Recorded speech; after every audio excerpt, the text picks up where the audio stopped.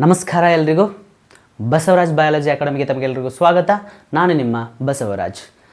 So ನಿಮಗೆಲ್ಲ ಗೊತ್ತಿರೋ ಹಾಗೆ ಸ್ಪರ್ಧಾರ್ಥಿಗಳಿಗೆ ಆಲ್ರೆಡಿ ಒಂದು ಡಿಸೆಂಬರ್ 18ಗೆ ಎಕ್ಸಾಮ್ ಆಗಲಿಕ್ಕಿದೆ. ಯಾವುದು CSIR ನೆಟ್ ಎಕ್ಸಾಮ್ ಡಿಸೆಂಬರ್ 18ಗೆ ಯಾರೆಲ್ಲ ಎಕ್ಸಾಮ್ ಬರಲಿಕ್ಕೆ ಹೋಗ್ತಾ ಇದ್ದೀರಾ ಅವರಿಗೆ ನಾನು ಕೆಲವೊಂದು ಇಂಪಾರ್ಟೆಂಟ್ ವಿಷಯಗಳನ್ನು ಇವತ್ತು ನಿಮ್ಮ ಜೊತೆ ಶೇರ್ ಮಾಡಲಿಕ್ಕೆ ಬಂದಿದ್ದೇನೆ.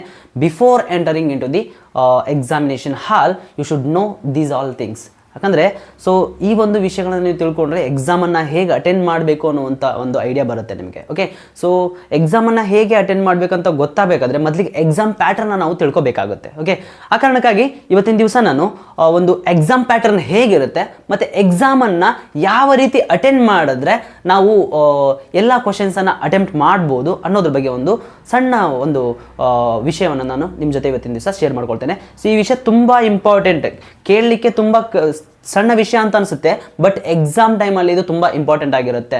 ಸೊ ನಿಮ್ಮ ಜೊತೆಗೆ ಯಾರಾದರೂ ನಿಮ್ಮ ಫ್ರೆಂಡ್ಸು ಕೂಡ ಈ ಒಂದು ಎಕ್ಸಾಮನ್ನು ಅಟೆಂಡ್ ಆಗ್ತಾ ಇದ್ದಾರೆ ಅಂದರೆ ದಯವಿಟ್ಟು ಅವ್ರಿಗೂ ಕೂಡ ಇದನ್ನು ಶೇರ್ ಮಾಡಿದರೆ ಅವ್ರಿಗೂ ಕೂಡ ಅನುಕೂಲ ಆಗುತ್ತೆ ಅಂತ ಹೇಳ್ತಾ ನಾನು ಟಾಪಿಕ್ಕಿಗೆ ಡೈರೆಕ್ಟಾಗಿ ಬರ್ತೇನೆ. ಓಕೆ, ನೋಡಿ, CSIR ನೆಟ್ ಎಕ್ಸಾಮ್ ನಡೆಸ್ತದಲ್ಲ, ಆ ಒಂದು ಎಕ್ಸಾಮಲ್ಲಿ ಓಕೆ ಸೊ 3 ಪಾರ್ಟನ್ನು ನೋಡ್ತೇವೆ.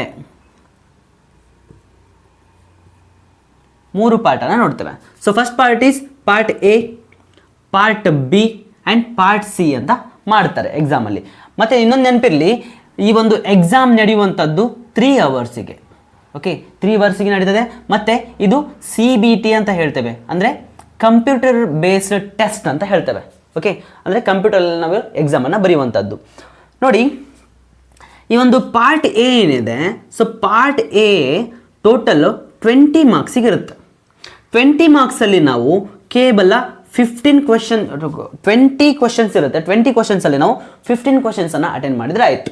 ಇನ್ನು ಪಾರ್ಟ್ B ಏನಿದೆ, ಪಾರ್ಟ್ ಬಿನಲ್ಲಿ 50 ಕ್ವಶನ್ಸ್ ಇರ್ತದೆ. 50 ಕ್ವಶನ್ಸಲ್ಲಿ ನಾವು 35ನ್ನು ಅಟೆಂಡ್ ಮಾಡಿದರೆ ಆಯಿತು. ಓಕೆ, ಇನ್ನು ಪಾರ್ಟ್ C ಏನಿದೆ, this is higher value questions. Okay, ಇಲ್ಲಿ ಟೋಟಲ್ 75 ಕ್ವೆಶನ್ಸ್ ಇರುತ್ತೆ. 75 ಕ್ವೆಶನ್ಸಲ್ಲಿ ನಾವು ಟೋಟಲ್ಲು 25 ಕ್ವೆಶನ್ಸನ್ನು ಅಟೆಂಡ್ ಮಾಡಿದರೆ ಆಯಿತು. ಸೊ ಇದ್ರ ಜೊತೆಗೆ ಇದು ಎಕ್ಸಾಮ್ ಪ್ಯಾಟ್ರನ್ ಆಯಿತು, ಹೇಗೆ ಎಕ್ಸಾಮ್ ಪ್ಯಾಟ್ರನ್ ಇದೆ ಅಂತೇಳಿ. ಅದ್ರ ಜೊತೆಗೆ ಈ ಒಂದು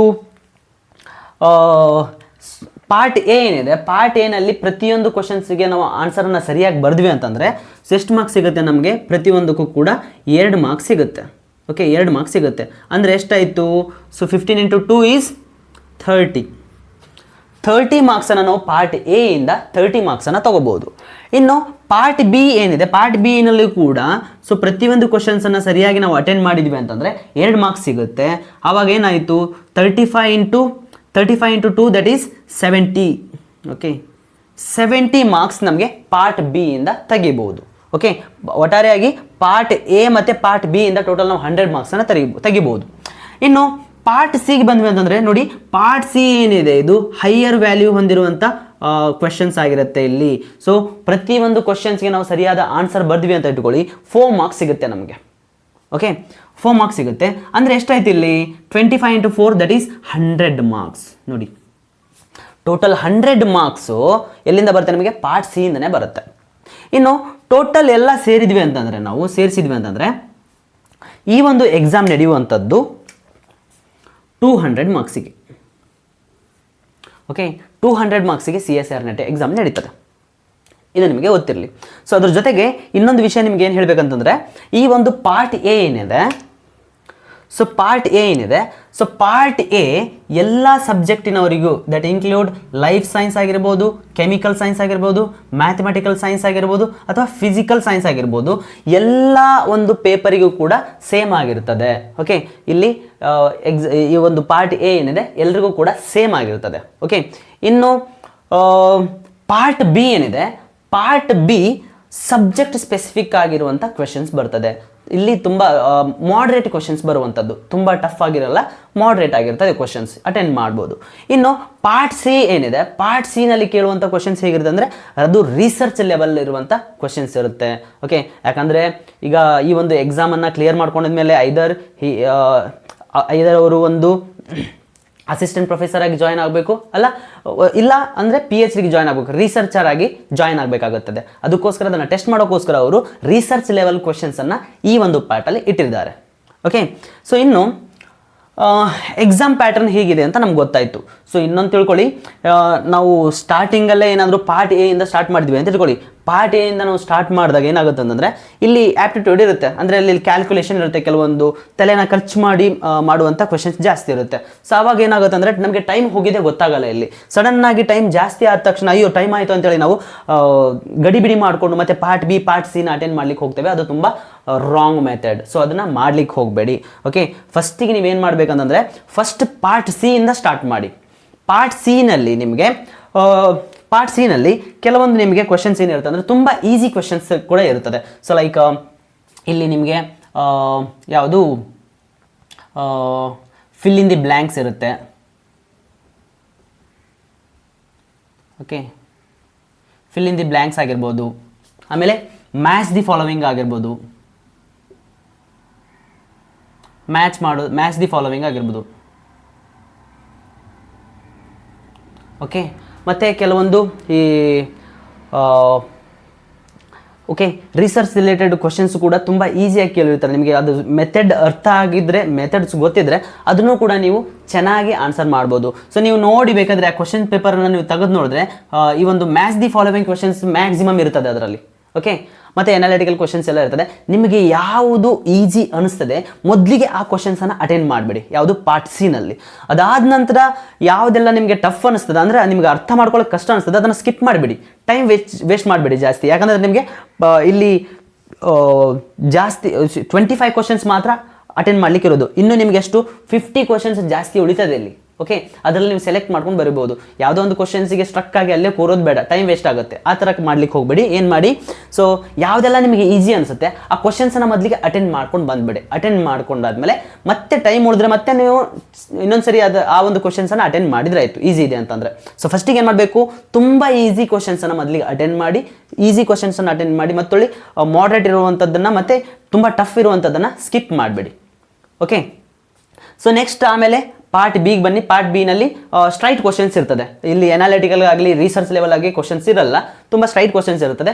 ಇದನ್ನು ನೀವು ಆಮೇಲೆ ಅಟೆಂಡ್ ಮಾಡ್ಬೋದು, ತುಂಬ ಈಸಿ ಕ್ವಶನ್ಸ್ ಇರ್ತದೆ. ಅದಾದಮೇಲೆ ನೀವು ಪಾರ್ಟ್ ಎಗೆ ಹೋಗೋದು ತುಂಬ ಒಳ್ಳೆಯದು ಅಂತ ಅನಿಸ್ತದೆ. ಓಕೆ